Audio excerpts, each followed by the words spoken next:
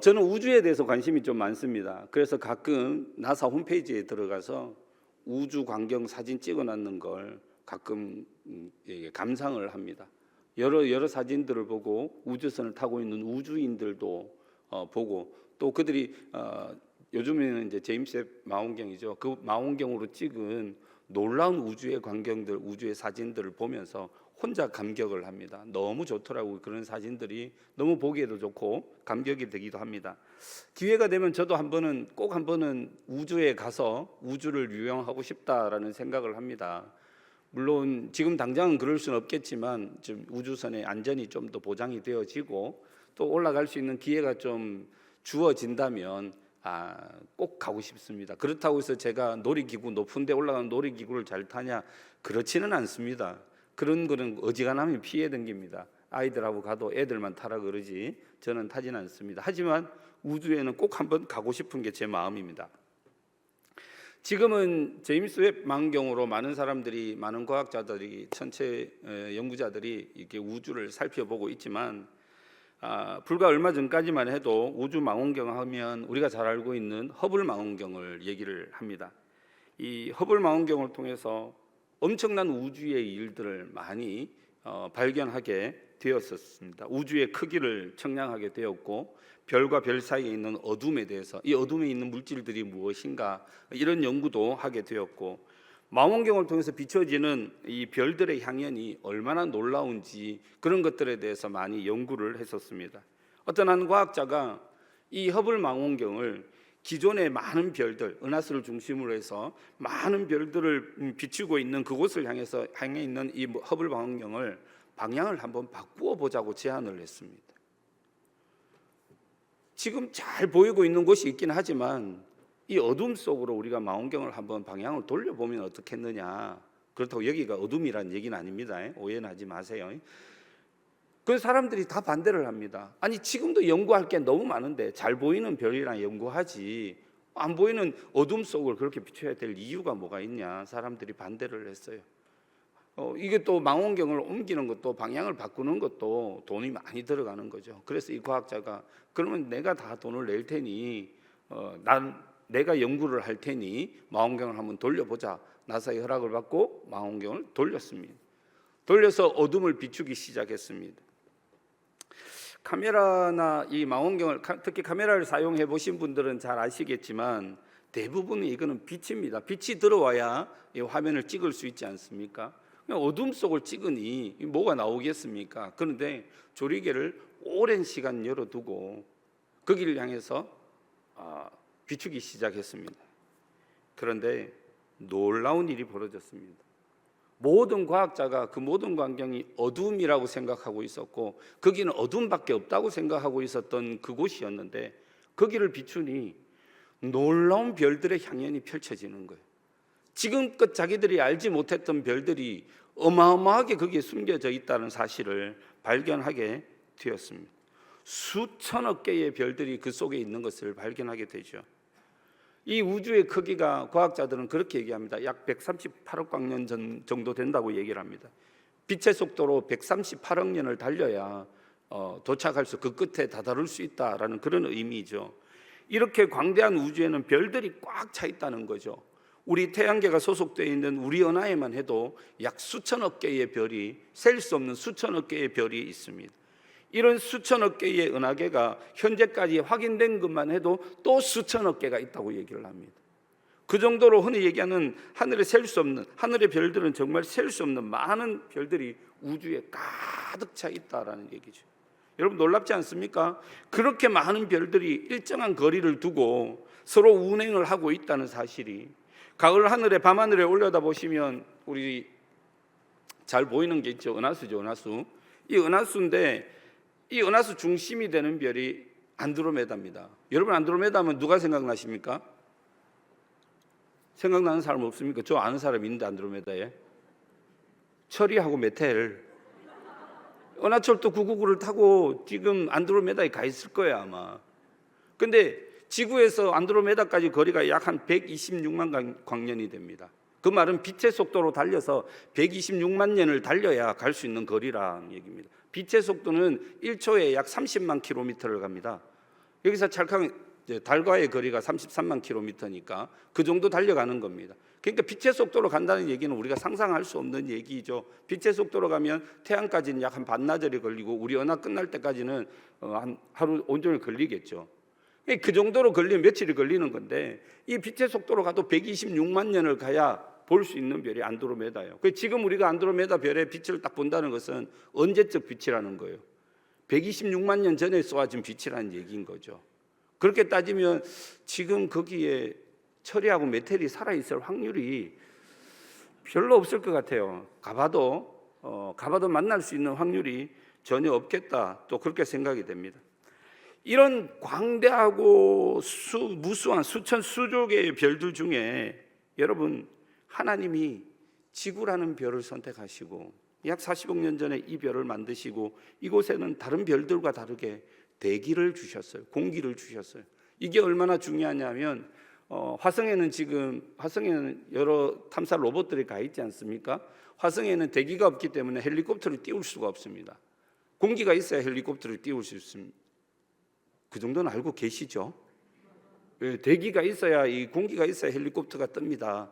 근데 거기는 헬리콥터가 뜰 수가 없습니다. 근데 이번에 나사에서 보낸 헬리콥터, 작은 소형 헬리콥터가 가서 떴다고 얘기를 하더라고요. 이 화성에 헬리콥터를 띄운 얘기가 우리가 인류가 비행기를 발견하는 것보다 더 위대한 노력이라고 얘기를 합니다. 그 정도로 거기도 대기가 희박해서 어쩔 수 없어요. 그런데 하나님께서 여기 지구를 만드시고 이곳에 대기를 주셨어요. 공기를 주셨어요. 대기를 통해서 땅을 보호하시고 그곳에 자연이 생겨나게 하시고 인류를 출현하기까지 놀라운 창조의 역사를 이루어 가시는 하나님의 능력과 하나님의 그 은혜가 얼마나 큰지 모른다는 거예요. 여러분, 우리 당장 지금 우주로 나가보면 우리라는 존재가 얼마나 작은 존재인지 다른 필요 없어. 비행기만 타봐도 충분히 알 수 있지 않습니까? 지금도 우주를 떠돌고 있는 보이저 1, 2호에 대해서 여러분 많이 들어보셨을 겁니다.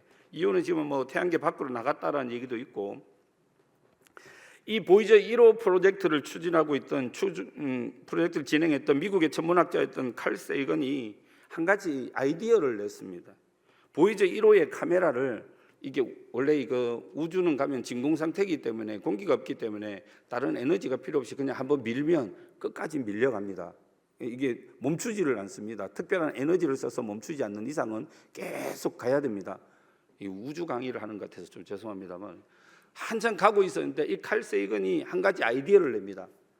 지금 우주를 향해서 우리 은하계를 벗어나려고 하는 보이저 1호의 방향을, 카메라를 반대편으로 한번 돌려보자는 거예요. 지구 쪽으로 한번 돌려보자는 거예요. 그리고 이 은하계 끝에서 우리 은하를 한번 찍어보자라고 제안을 한 거죠. 물론 여러 반대가 있었습니다. 굳이 그렇게 할 이유가 뭐가 있겠냐라고 얘기를 했죠. 하지만 나사의 도움으로 카메라를 돌리고 사진을 찍었습니다. 그 사진 중에 하나가 유명한 창백한 푸른 점이라는 사진입니다. 칼 세이건이 쓴 책의 제목이기도 합니다만은 우주를 통틀어서 사진을 딱 찍었는데 이만한 화면에 요만한, 진짜 보이지 않는 요만한 점이 하나 딱 찍혀 있는 거예요.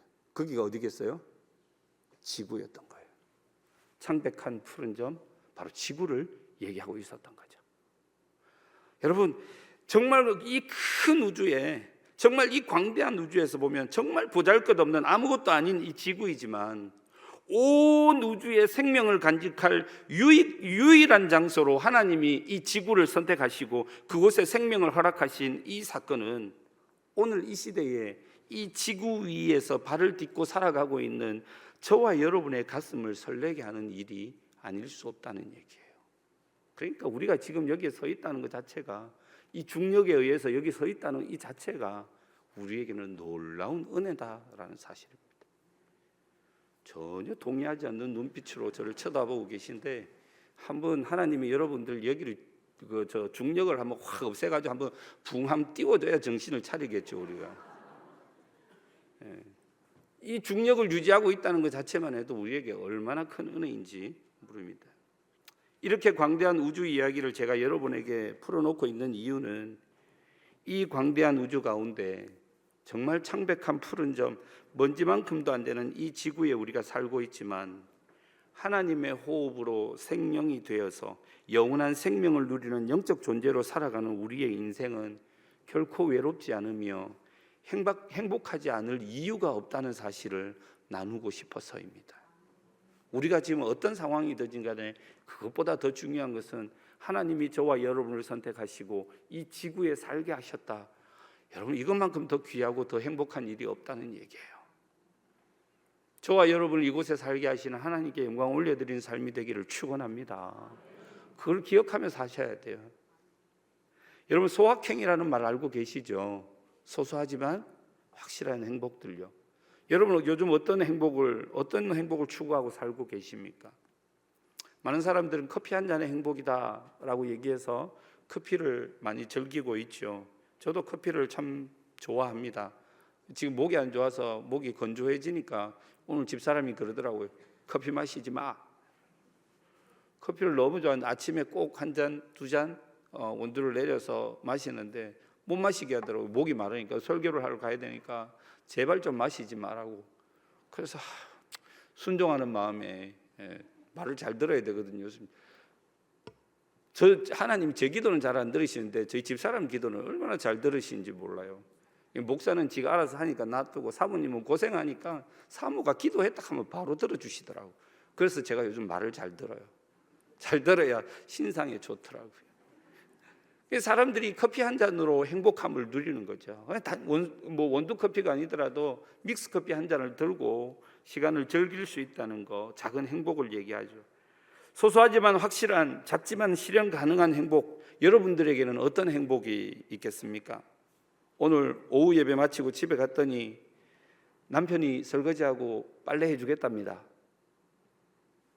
갑자기 눈웃음이, 여기 마스크 위로 눈웃음이 확 보이네요.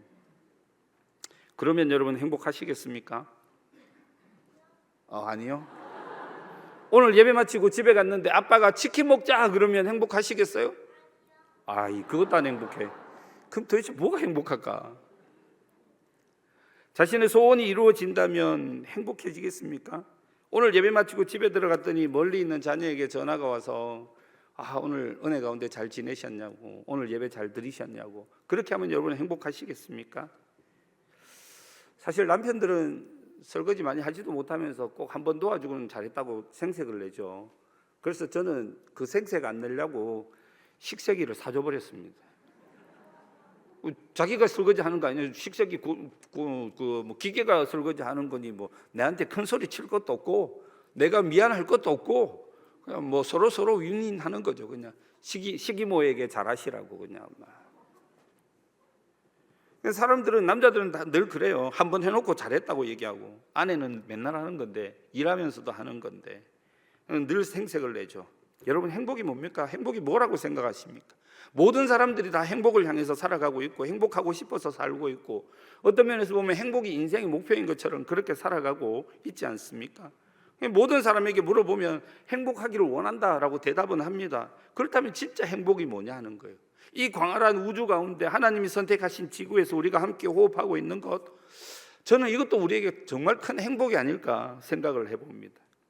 우리가 행복에 대한 이야기를 할 때마다 떠올리는 나라가 한 군데가 있죠. 바로 세상에서 국민이 가장 행복하다고 느끼는 나라, 부탄입니다. 부탄. 사실 부탄이라는 나라는 우리나라하고 비슷하게 1907년부터 근대화가 시작이 되었습니다. 따지고 보면 그렇게 경제적으로 발전한 나라도 사실은 아니에요. 도로는 대부분 산길이고 터널은 뚫지 않습니다. 원칙입니다. 나라의 원칙이 터널을 뚫지 않습니다. 그리고 도로가 있다 해도 신호등도 별로 없습니다. 인터넷도 생각보다 잘 되지 않아서 이 여행하는 유튜버들이 가서 고생하는 데이기도 합니다. 어떤 면에서 본다면, 우리가 생각하고 있는 기준으로 본다면 후진국 비슷한 그런 모습입니다. 그런데 이 부탄이라는 나라는 사회주의 국가인데 국가에서 모든 땅을 공평하게 사람들에게 다 나누어 주었습니다. 토지 개혁을 통해서 그렇게 한 거죠. 따라서 굳이 취업하지 않아도 그냥 자기 땅에 농사 지으며 살아가면 되는 거예요. 이 삶의 기본적인 문제를 나라에서 다 책임져 줍니다. 모든 교육이 무상이고 병원도 무료입니다. 아파도 병원비 걱정이 없죠. 그리고 농업 국가이다 보니까 농사만 지으면 웬만한 게 다 해결되도록 해주는 거죠. 1970년대부터 회화 중심으로 영어 교육을 시키기 시작했습니다. 자신들의 국어인 종카우 수업만 빼놓고 나면 모든 수업을 다 학교에서 영어로 진행을 합니다.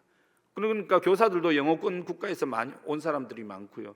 그러다 보니까 영어 실력이 우리나라하고는 비교가 되지 않습니다. 대학까지 영어를 공부해도 옆에 외국인들이 와서 하이 한마디만 하면 공포에 질리죠, 우리나라 사람들. 근데 여기는 그렇지 않습니다. 아줌마들도 TV에 BBC를 틀어놓고 세상이 돌아가는 것을 듣게 됩니다.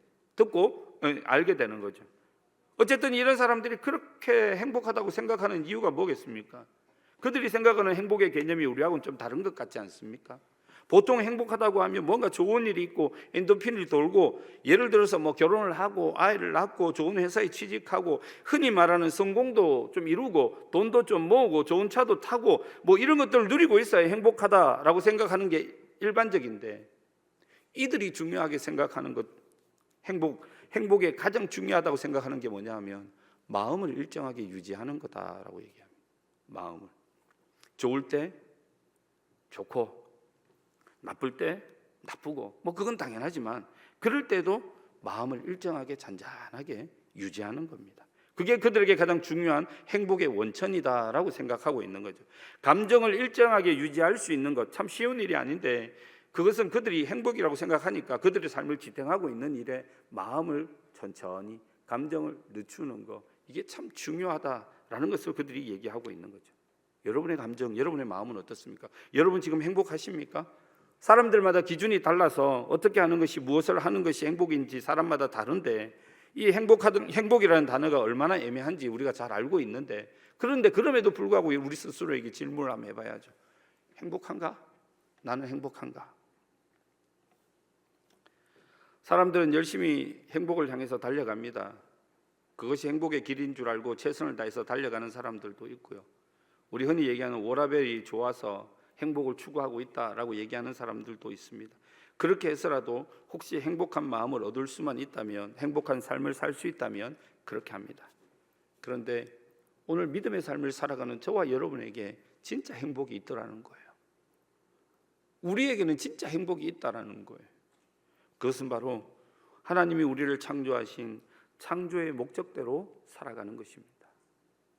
하나님이 놀랍게도 이 광대한 우주 가운데 138억 광년이나 되는 이 광대한 우주 가운데 지구를 만드시고 우리를 여기에 창조하신 그 목적대로 사는 것, 그게 진짜 행복합니다. 그게 진짜 행복이다라는 거죠. 거기서 우리는 행복을 찾을 수 있는 거죠. 오늘 이사야 43장 21절의 말씀이 바로 그거예요. 우리 다 같이 이 말씀 같이 한번 읽어볼까요? 이사야 43장 21절 말씀 자막에 좀 보여주시면 좋겠네요. 다 같이 우리 한 목소리로 같이 한번 읽겠습니다. 다 같이 봅니다. 시작. 이 백성은 내가 나를 위하여 지었나니 나를 찬송하게 하려 함이니라. 할렐루야. 하나님이 우리를 창조하신 목적이 바로 하나님을 찬송하기 위함이다. 여러분, 이것이 우리의 창조 목적이라면 우리는 하나님을 찬양하며 살아가는 것이 우리 인생에 있어서 가장 행복한 순간이다. 할렐루야. 우리가 하나님을 찬양하는 것이, 이 창조의 목적대로 사는 것이 우리 인생에는 가장 행복한 시간이다. 그것은 어쩌면 하나님이 가장 행복해 하시는 것이기도 합니다. 하나님은 저와 여러분을 창조하시고 보시기에 심히 아름다움을 느끼시고 우리와 사랑하시며 우리의 찬양을 받으시며 하나님은 행복해 하셨습니다. 우리의 찬양을 통해서 하나님은 행복을 느끼시는 거죠. 그렇게 본다면 행복이라는 것은 나를 위해서 사는 것이 아니라 내가 사랑하는 사람이 행복해 갈 때, 그때 진짜 행복해지는 것 아니겠느냐 하는 거죠. 하나님이 우리의 찬양으로 행복해 하시면 그게 또 우리의 행복이 되는 거예요. 하나님이 행복하시니 나도 행복한 거예요. 그게 진짜 우리 인생이 중요한 행복이라는 개념입니다. 여러분, 하나님을 찬양하는 일은 그래서 중요합니다. 하나님은 우리의 찬양을 통해서 행복해 하십니다. 우리 찬양대의 찬양을 통해서 하나님이 행복해 하십니다. 여러분들의 연주를 통해서 하나님이 행복해 하신다고요. 그런 의미에서 우리 찬양대원들은 얼마나 특별한 사명을 감당하고 있는지 모릅니다. 찬양대원이든 찬양단원이든 사람들이 어떻게 들을지는 모르겠습니다만은, 그런데 여러분의 찬양을 하나님이 들으시고, 사람들이 어떻게 듣는지는 잘 모르겠어요. 그런데 그 찬양을 들으시고 하나님이 행복해 하신다는 사실이에요. 이 사실을 믿으시기 바랍니다. 온 우주를 창조하신 하나님께서 이 138억 광년이나 되는 큰 우주를 운행하시는 수천 수조 개의 우주 이 별들을 운행하시는 하나님께서 저와 여러분을 찬양해 들으시고 행복해 하신다고요. 행복해 하신다고요. 오늘 저기 교회에서 이제 재직회를 마치고 바로 출발을 했어요. 점심도 못 먹고 출발을 했어요. 오는데 뭐 시간이 걸리진 않겠지만 그래도 미리 와야 되니 집사람이 이제 김밥을 주문해 놨대요. 그래서 가서 김밥을 찾아서 먹었어요.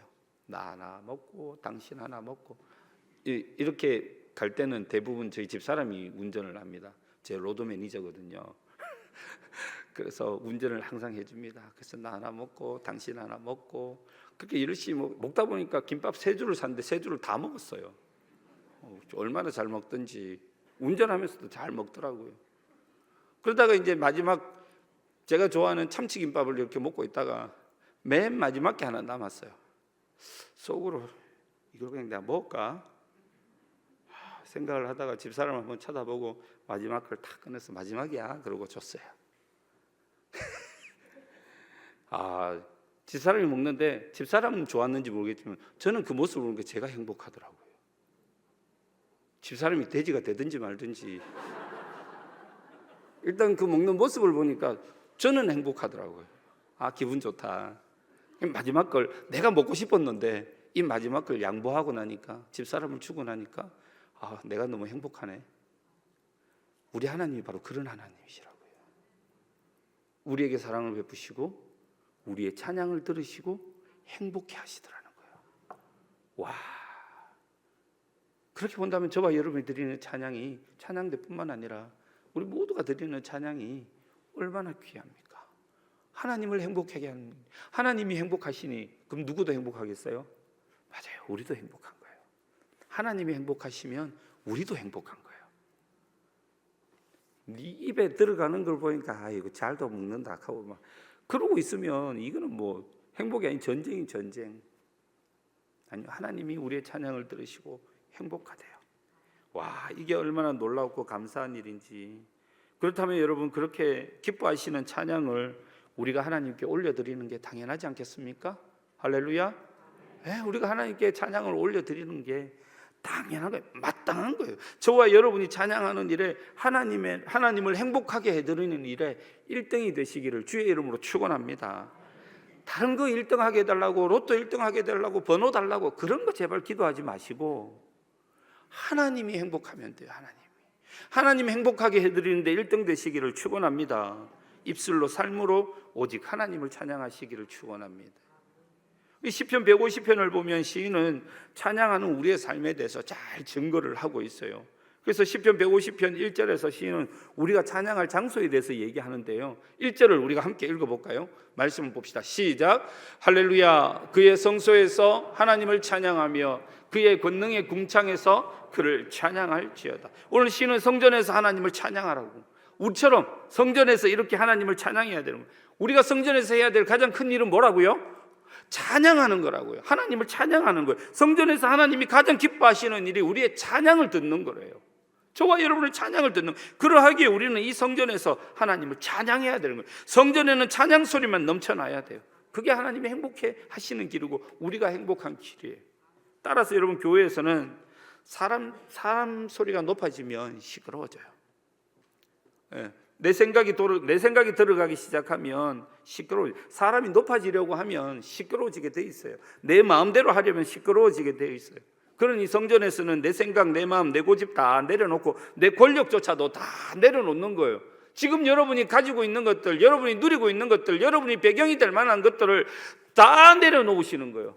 오직 하나님만 찬양하는 거예요. 여러분의 삶, 성전된 여러분의 삶도 마찬가지예요. 여러분의 삶 가운데서도 내 생각, 내 고집보다는 하나님을 찬양하는 삶이 되어야 돼요. 작은 성전된 여러분의 가정에서 역시 여러분의 생각과 마음보다는 하나님을 찬양하는 찬양의 현장이 되어야 돼요. 가정도 찬양의 현장이 되어야 돼요. 이것은 하나님의 전능하심을 노래하는 거거든요. 그럴 때 여러분의 삶을 통해서, 여러분의 가정을 통해서 하나님이 행복해지시는 거예요. 하나님이 행복해지시면 누가 행복하다고요? 내가 행복하다고요. 하나님이 행복해 하시면 내가 행복하다고요. 또한 시인은 권능의 궁창에서 찬양하라고 얘기합니다. 이것은 하나님의 전능하심을 얘기하는데, 이 권능의 궁창이라는 것은 바로 오늘 온 땅, 바로 이 땅을 얘기하고 있는데, 온 땅에서 찬양하는, 온 땅의 주인이 누구십니까? 우리 하나님이시니까 온 땅이 찬양해야 되는, 온 땅을 창조하시고 그 모든 권능을 행하시는 그 전능하시는 하나님을 찬양하라는 것이에요. 그러니까 여러분, 우리가 찬양하지 못할 곳이 없습니다. 비록 거기가 내 인생에 시궁창이 박히는 곳이라고 할지라도 우리는 거기서 하나님을 찬양해야 돼요. 세상 모든 사람들이 우러러보고 나를 받들어주는 빛나는 장소라고 할지라도 우리는 거기서 하나님을 찬양해야 돼요. 그래야 하나님이 기뻐하세요. 그 행복이 우리의 행복이 되는 거예요. 그게 바로 우리를 창조하신 창조 목적인 거예요.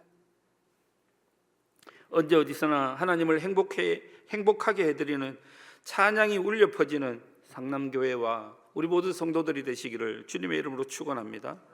또한 시편 150편 2절에서 시인은 찬양의 이유를 설명해요. 우리 2절 다 같이 한번 읽어볼까요? 다 같이 봅니다. 시작. 그의 능하신 행동을 찬양하며 그의 지극히 위대하심을 따라 찬양할. 할렐루야.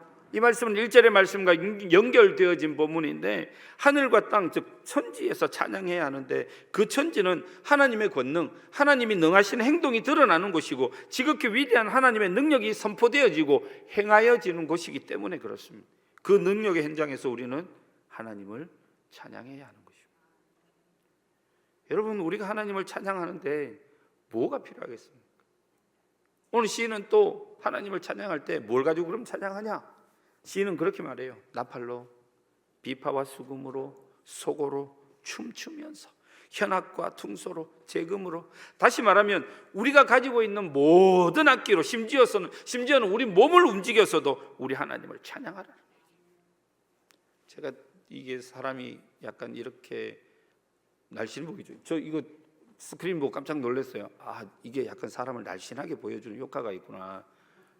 이게 보니까 그 16대 9로 와이드가 아니어서 더 그런 것 같은데, 감사하더라고요. 갑자기 쳐다보니까 제 몸이 조금은 날씬하게 보일 것 같아서 감사한데, 이 보면 사람이 좀 이렇게, 저도 몸이 가벼워요. 그래서 찬양할 때 춤을 추는 걸 좋아하고, 예전에 저도 찬양단 열심히 해서 찬양단을 하면서도 뭐 찬양대 지휘도 했습니다만, 지휘를 하면서도 그냥 천천히 가만히 서서 지휘하거나 가만히 서서 찬양 인도를 한 적이 없어요. 항상 움직이면서 춤추면서 하나님을 찬양했었어요. 그러니까 사람들이 좀 이상하게 보더라고요. 그러니까 제가 약간 구경거리가 되어 있더라고요.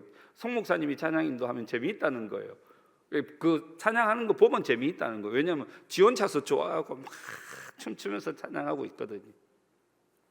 근데 하나님이 기뻐하실 거 생각하니까 사람이 의식이 안 되더라고요. 제가 좀 사람 진중하게 생겼잖아요. 생긴 게, 그죠? 차분하게 생겼고, 그런 눈으로 안 쳐다보셔도 됩니다. 다 알아요. 여러분의 마음을 제가 다 아는데. 그렇지만 우리의 온 몸을 쏟아서 하나님을 찬양하는 거예요. 모든 걸 다해서 하나님을 찬양하는 거예요. 그 찬양을 하나님이 기뻐 받으시는 줄 저는 믿습니다. 그래서 우리는 어떤 사람은, 이 사람은 보니까 찬양대 하기에 좀 적합한 목소리 같네. 당신은 찬양대 하시오. 찬양단 하시오. 아이, 당신은 보니까 별로 노래를 못해. 찬양대 하면 마이너스가 될 것 같아. 하지 마시오. 여러분, 그럴 수 없다는 얘기입니다. 그럴 수 없다는 얘기예요. 제가 기적과 같은 이야기를 한 가지 해드리면, 저희 모교에서 저도 이제 제가 이래 생겼어도 성악을 전공을 했어요. 놀라실 줄 알았어요. 저 인간이 뭐 이런 표정이신데, 저도 성악을 전공을 했어요. 그래서 저도 대학 다닐 때부터 지휘를 오래 했어요.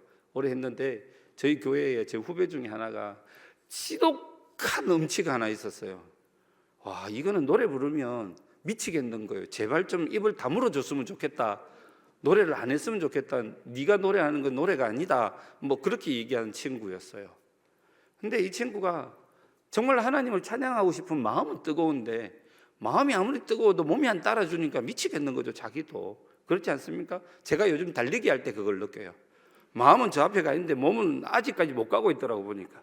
그 마음만 앞서면 어떻게 되겠어요? 넘어져요. 조심해야 돼요. 네, 조심해야 돼요. 이 친구도 마음은 앞서는데 몸이 안 따라주는 거예요. 근데 그 친구가 얼마나 열심히 하나님을 찬양하기 위해서 노력을 하는지 진짜 노력하더니 약 한 3년 정도 지나니까 찬양대 지휘를 하게 되더라고요. 놀라운 일이에요. 진짜 내가 보기엔 지독한 음치예요. 박치예요. 정말 이 될 만한 이 상황이 아니에요. 근데 찬양하고 싶다는 그 마음이 하나님이 그를 들어 사용하시더라고요. 필요 없어요. 아무것도 없어도 돼요. 우리가 가진 모든 것들을 가지고, 우리의 몸을 가지고, 우리의 입술을 가지고, 우리 하나님은 우리가 찬양하기를 원하고 계세요. 하나님은 그 찬양을 듣고 행복해하고 계신다는 거예요. 그래서 시인은 어떻게 결론을 내리냐면 150편 6절에 보면 그렇게 얘기해요. 우리 다 같이 한번 읽어볼까요? 시작. 호흡이 할렐루야. 이게 우리 인생의 방향이고 이게 우리 인생의 결론인 거예요, 여러분. 호흡이 있는 자, 즉 모든 인생은 그 인생의 주인 되신 하나님을 찬양해야 될 줄 저는 믿습니다. 그것이 인생을 창조 목적대로 제대로 살아가는 것이고 그것이 바로 우리의 진짜 행복을 추구하는 길이라는 거예요. 사랑하는 여러분, 그리고 오늘 헌신 예배를 드리는 우리 찬양대원 여러분, 하나님은 저와 여러분의 찬양을 들으시면 행복하시대요. 눈 하나 깜짝도 안 하네. 우리 찬양대원들 행복하시다니까. 저와 여러분이 흥얼거리며 드리는 찬양을 하나님은 행복해 하세요. 저와 여러분이 지휘자의 지휘에 맞추어서 멋지게 화음으로 노래하는 찬양을 하나님은 들으시면서 행복해 하세요. 저와 여러분의 찬양이 하나님의 소확행을 넘어서 하나님의 마음을 가장 기쁘시게 해드리는 비결이 되는 거예요. 그것이 바로 우리의 창조 목적입니다. 진정한 행복은 나도 행복해야 되겠지만 나를 통해 타인이, 나와 함께한 지체들이 또 내 찬양을 들으신 하나님이 행복해 하시면 그게 우리 인생의 진짜 행복인 줄 저는 믿습니다. 이제 우리 모든 성도들의 삶도 마찬가지입니다. 하나님을 기쁘시게 해드리고 행복하게 해드리는 입술의 찬양과 삶의 찬양을 올려드려서 정말 우리 상남교회가, 우리 모든 성도들이, 우리 모든 찬양대원들이 하나님을 행복하게 해드리고 그 일을 통해서 나도 행복하고 이 땅에서 하나님이 기뻐하시는 행복한 믿음의 삶을 살아가는 그런 저와 여러분의 삶이 되시기를 주님의 이름으로 축원합니다. 기도하겠습니다.